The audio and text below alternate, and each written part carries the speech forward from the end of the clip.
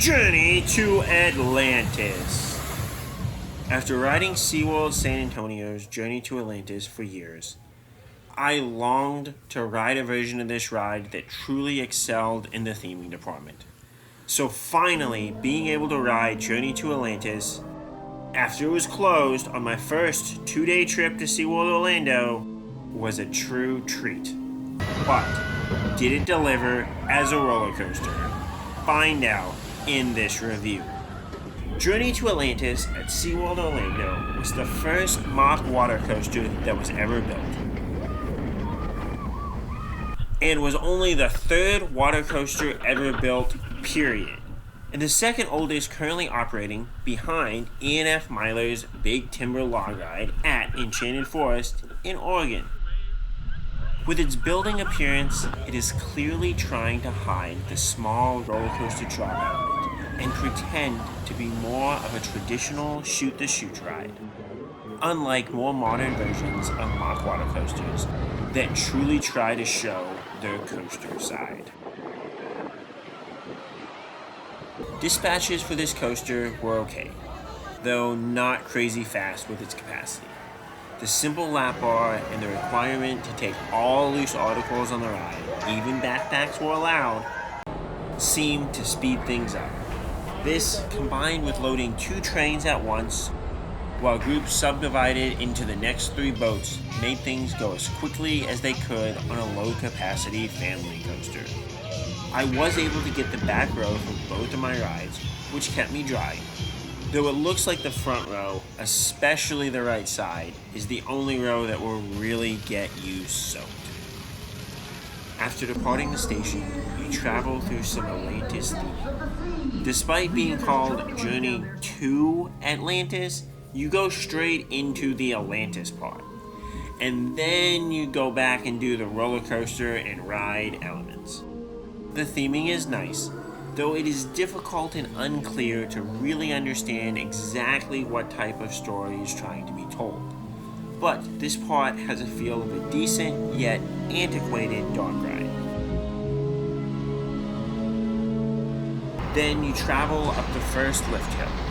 This makes you think that you'll plunge down shortly after exiting the top, but you're just treated to a small turnaround in another lift hill.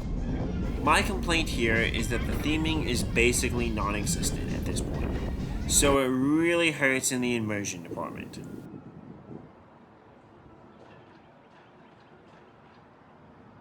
There's a little bit more Atlantis theming right before the main plunge, which is a solid drop for the genre and any water ride, though not a terrific coaster drop. The drop doesn't get you too wet, so you can feel confident riding this coaster on a colder day like I did.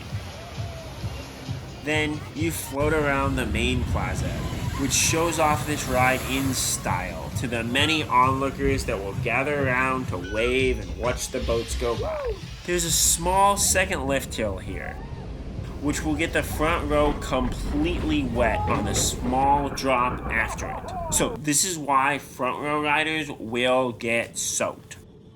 Then you climb up a third lift hill, which is nice to see since it gives this coaster extra length and experiences. The theming on top of this lift hill isn't too great, but that's probably okay given the overall feel of the ride so far. Then you're taken down a twisting roller coaster style drop before the final splashdown. This drop is okay and a nice addition on a ride like this, but didn't offer anything truly special. Just kind of unique for a water ride. Then you float around into the unloading platform. How does it compare to San Antonio's Journey to Atlantis? Many, myself included, look at San Antonio's version with a lot of questions. Most notably, where is the theming? But as a roller coaster, San Antonio's excels with its backwards drop, which I feel is the best drop at SeaWorld San Antonio, and the unique aspects of holding guests up in the air for an extended duration. Sadly, the views from the top of San Antonio's Journey to Atlantis are mainly of the Beluga's backstage area and the parking lots.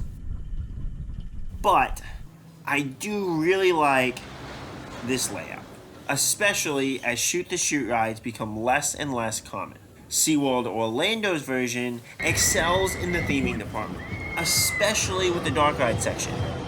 But with flaws in this theming in certain areas, and with a higher threshold for ride themes in Orlando, it seems to fall a bit short from being a truly great dark ride experience. The two drops are nice, but they don't scream anything special from a roller coaster perspective.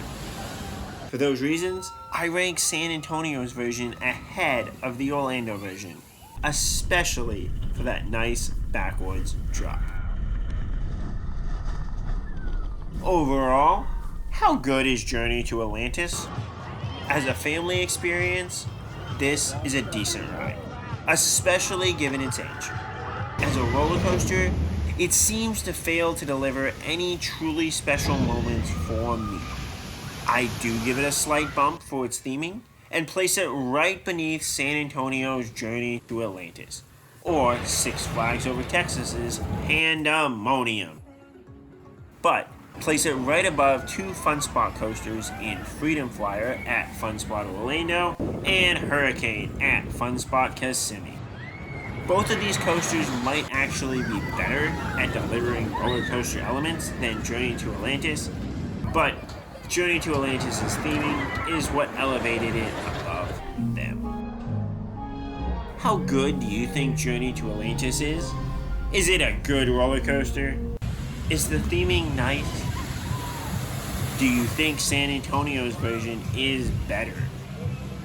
Let me know. And as always, Top Kun Crap.